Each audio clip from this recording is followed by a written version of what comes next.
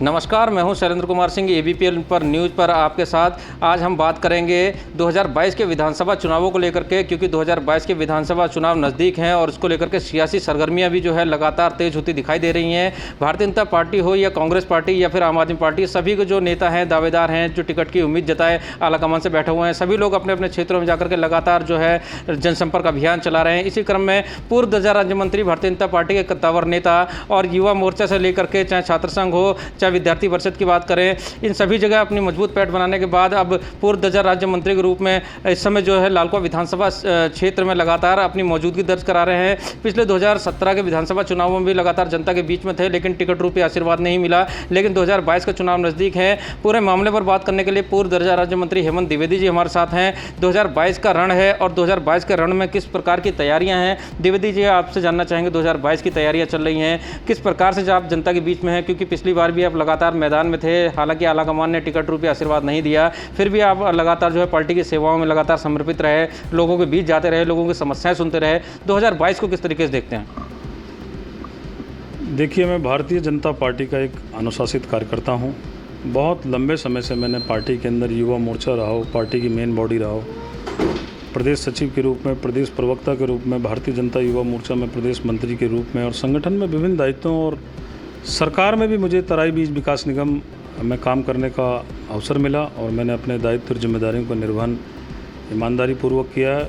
लगभग 25-26 साल से मैं पार्टी के अंदर काम कर रहा हूँ, पार्टी की सेवा कर रहा हूँ और पार्टी का कार्यकर्ता होने के नाते स्वाभाविक है कि हर कार्यकर्ता का जो राजनीतिक क्षेत्र में काम करते हैं उनकी अपनी महत्वाकांक्षा होती है और मेरी भी इच्छा है कि मैं राजनीतिक रूप से एक चुनाव क्षेत्र में जाऊं, एक जनता के बीच जनप्रतिनिधि के रूप में काम करने का मेरी भी इच्छा है। लेकिन इन सब के बावजूद मैंने कहा कि मैं एक पार्टी का एक अनुशासित सिपाही हूँ, पार्टी का एक कार्यकर्ता हूँ।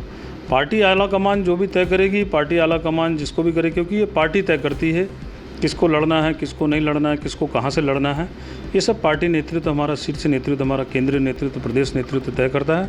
पार्टी जो भी जिम्मेदारी मुझे देगी, अगर मुझे अवसर और मौका देगी तो निश्चित ही मैं जो है कि चुनाव मैदान में जाऊंगा और लड़ूंगा।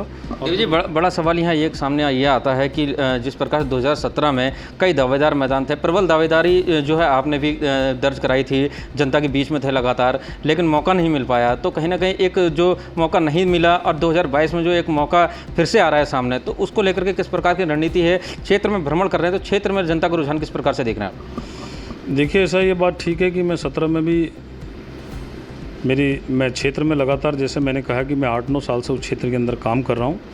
पार्टी का निर्णय था, पार्टी ने टिकट दे दिया, लेकिन इस बार भी मैं लगातार, जहाँ मैंने कहा कि मैं जनता के बीच उनके सुख दुख में, उनके हर कार्य में मेरी सहभागिता वहाँ क्षेत्र के अंदर रहती है। लोगों की, जनताओं के दुख दर्द के बीच में मैं रहता हूँ और लगातार मेरा संपर्क और संवाद लंबे समय से क्षेत्र के अंदर है।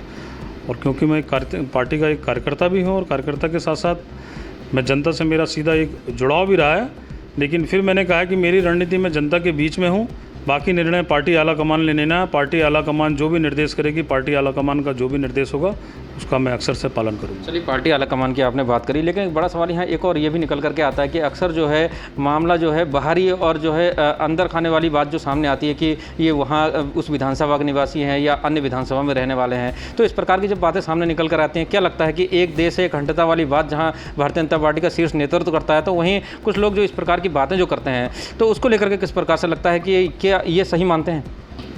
मुझे नहीं मालूम है कि कहीं कोई इस तरह की वार्ता हो रही है कि कौन बाहरी कौन हो। जनता के बीच है। 25-26 साल से मैंने कहा पार्टी के लिए काम कर रहे हैं।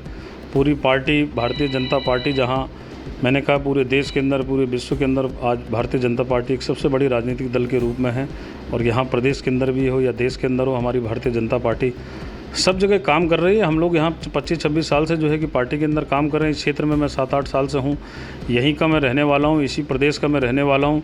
इस विधानसभा और वो विधानसभा, ये छोटी छोटी विधानसभा जहाँ आदमी को लगता है संभावना है जहाँ कार्य करने की, वो अपना अपना कार्य क्षेत्र आदमी चुनता है, बाकी तो पार्टी तय करती है। पार्टी जो तय करेगी वो सबको स्वीकार होगा। लगातार लालकुआं विधानसभा में है, क्योंकि 2017 का समय भी रहा, इसके बाद पूरा 5 साल का समय रहा, कोरोना काल में भी आपके द्वारा लगातार लोगों की मदद की जाती रही है, सबके सामने रहा है। तो किस प्रकार से देखते हैं कि जो 2022 का जो अब समय आ रहा है, किस प्रकार की और समस्याएं आपने छोटी मोटी समस्याएं जो देखी हैं, उसका अगर जो है टिकट मिलता है, जनता आशीर्वाद देती है, विधायक बनाती है, तो इन समस्याओं को किस प्रकार से जो निस्तारण करने का प्रयास करेंगे?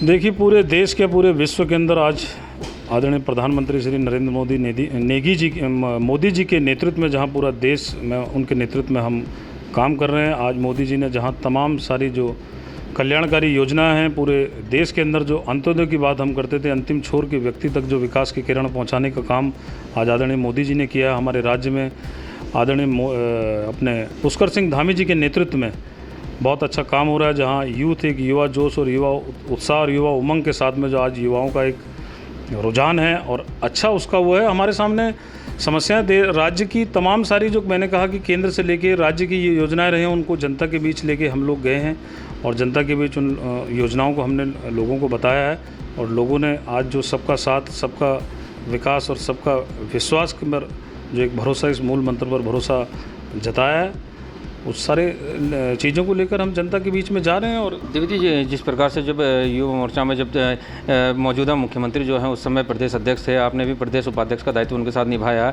एक युवा जोश है, युवा टीम है और युवाओं के साथ जिस प्रकार से जो सामंजस्य बिठा करके मौजूदा मुख्यमंत्री चल रहे हैं, आप में भी एक वही जोश देखने को मिलता है। क्योंकि जिस प्रकार से 2022 के चुनाव नज़दीक आ रहे हैं, तो क्या लगता है कि सीधे मुख्यमंत्री से भी आपके कॉन्टैक्ट हैं, तालमेल हैं? इसके अलावा जो क्षेत्रीय और मामले को सामने दिखाई देते हैं, तो उनका जो है सफलतापूर्वक निस्तारण हो सके, उसके लिए क्या सामंजस्य बैठाने की क्या कोई कोशिश की गई है आपके द्वारा? ये कोई वार्ता होती है लालगंज विधानसभा के संबंध में? देखिए, जब से हमारे आदरणीय धामी जी ने प्रदेश की कमान संभाली है, निश्चित ही कि युवाओं में एक नया जोश और नया उमंग आया।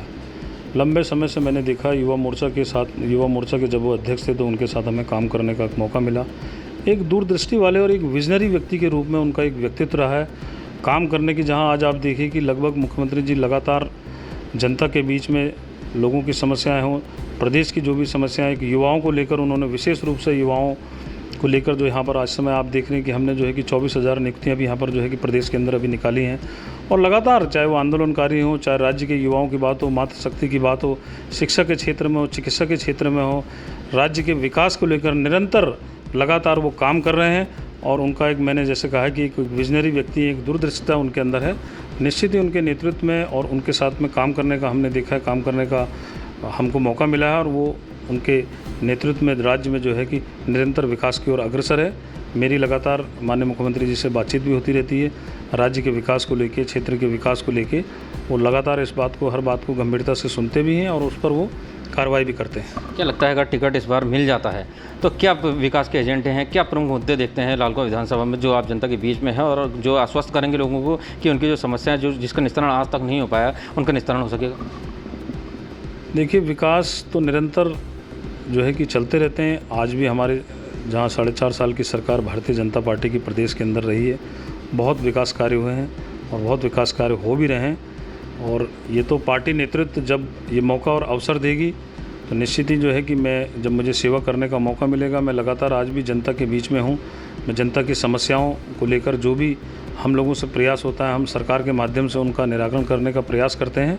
और हमारे पास काम करने के लिए बहुत सारी योजनाएं हैं। जब समय और वक्त आएगा तो उस वक्त पर हम बताएंगे कि हम क्या कर सकते हैं। लेकिन सरकार हमारी बहुत अच्छा काम कर रही है। सरकार के पास में पूरा एक विज़न है, सरकार के पास एक पूरा मॉडल है और सरकार का जो चुनावी घोषणा पत्र था, उस घोषणा पत्र पर हमारे राज्य के अंदर काम हुए हैं और आज भी काम हो रहे हैं।